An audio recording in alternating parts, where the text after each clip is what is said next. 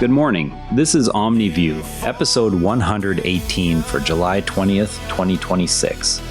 Multiple perspectives, one briefing. New week, fresh perspectives. Let's see what happened over the weekend and what's developing today. A cyber attack on a major Japanese frozen food supplier has forced KFC outlets to warn of shortages, showing how one breach can ripple through daily supply chains for millions of customers. A major Japanese supplier of frozen foods has resumed operations following a cyber attack that prompted KFC to issue shortage warnings to customers. The incident affected production and distribution of items used by the fast food chain and other outlets. Recovery efforts focused on restoring systems and securing networks to prevent further disruption. The supplier systems control inventory tracking, order processing, and logistics routing for multiple restaurant chains across Japan. Once the attack was detected, operations halted to contain the breach before any data could be further compromised or spread to partner networks. Nikkei Asia reported the supplier's reboot as a direct response to the attack's impact on restaurant chains. The coverage emphasizes the operational challenges companies face when digital systems controlling inventory and logistics are compromised. Observers note that such incidents can quickly translate into visible shortages for consumers who rely on consistent availability of everyday products. The story underscores the growing exposure of food distribution networks to targeted digital threats without assigning blame to any single actor. Food service operators depend on just-in-time deliveries of frozen components, so even brief downtime at one supplier can force menu adjustments at hundreds of locations. Historical examples from other industries show that full restoration often takes days or weeks, because each stage depends on the previous one being complete. Teams must first isolate affected networks, then verify data integrity before restarting production lines. Security patching, supplier notifications, and customer communication follow in sequence. Supply chain contracts often include clauses requiring notification within hours of a confirmed breach.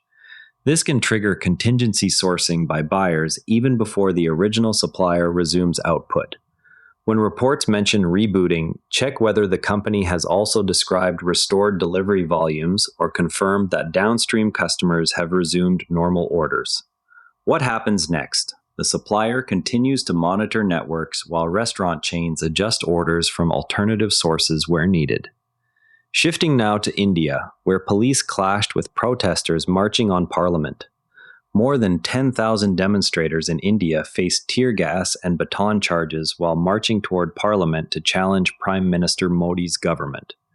The protest, organized under the Cockroach banner, represented the largest public action against the administration in recent months.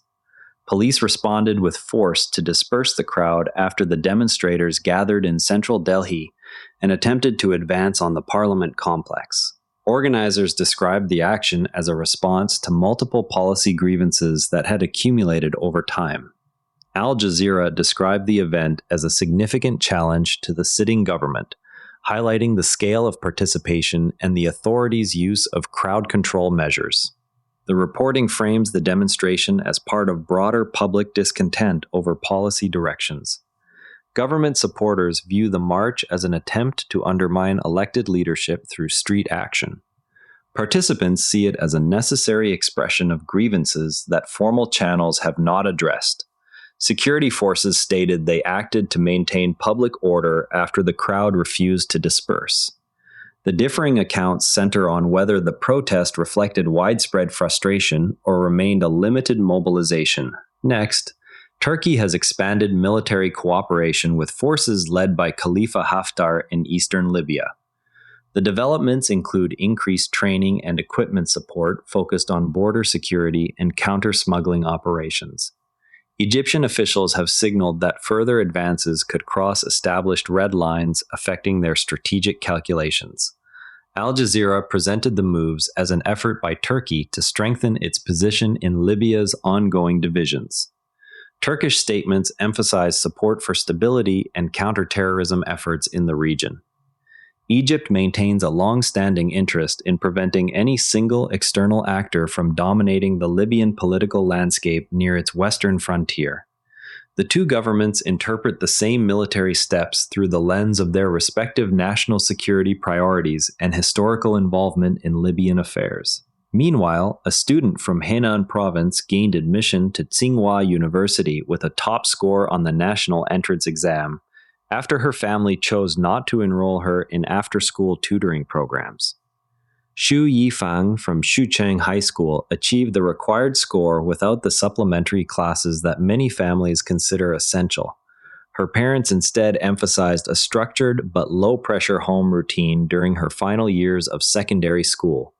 South China Morning Post covered the student's achievement and the subsequent online conversation about the value of intensive tutoring. Some commentators see the story as evidence that a calmer home environment can still produce strong results.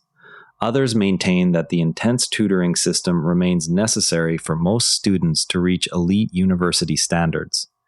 The shared fact is the student's high score and lack of formal tutoring. Interpretations differ on how widely this approach can be replicated.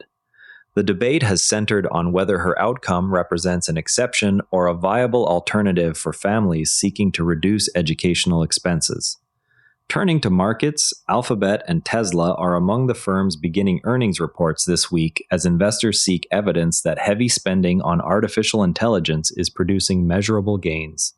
Citigroup analysts have stated that the Magnificent Seven label no longer captures the shifting dynamics within AI-related stocks. Market participants are now separating companies that have already generated revenue from AI products from those still investing heavily without clear returns. Bloomberg noted that the coming earnings will test whether current investment levels are translating into sustainable advantages. The analysis highlights that market participants are now distinguishing between companies with clear paths to revenue and those still in earlier stages of deployment. Analysts expect the reports to show whether research budgets have begun to yield deployable tools that customers are willing to pay for at scale.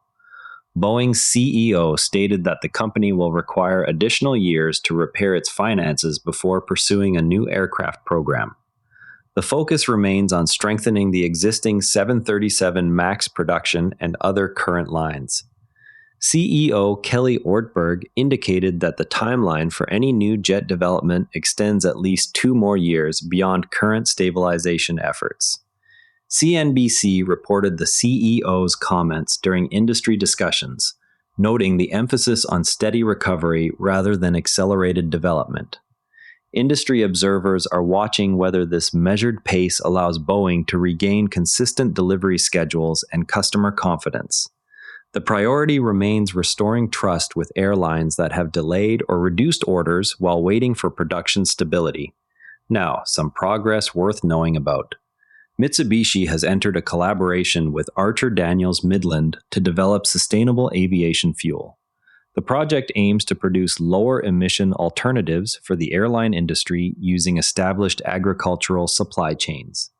The partnership combines Mitsubishi's trading and engineering capabilities with Archer Daniels Midland's access to feedstock crops and processing facilities.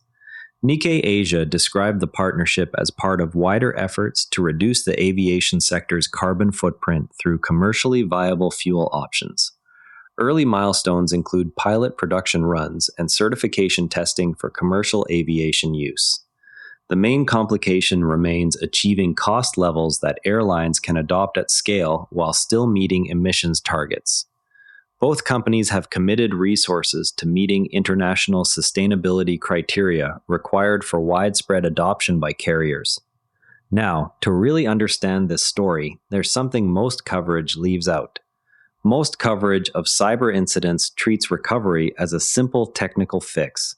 Yet the process involves coordinated steps across multiple company departments and external partners.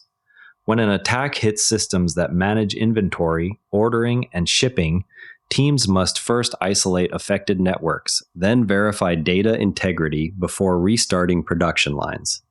This sequence explains why a single supplier's outage can quickly appear as empty shelves or menu changes for restaurant chains. Knowing the layered nature of recovery helps readers assess whether a company announcement signals genuine progress or only an early milestone. If you want to go deeper on the supply chain incident, compare how Nikkei Asia and regional business coverage frame the same event.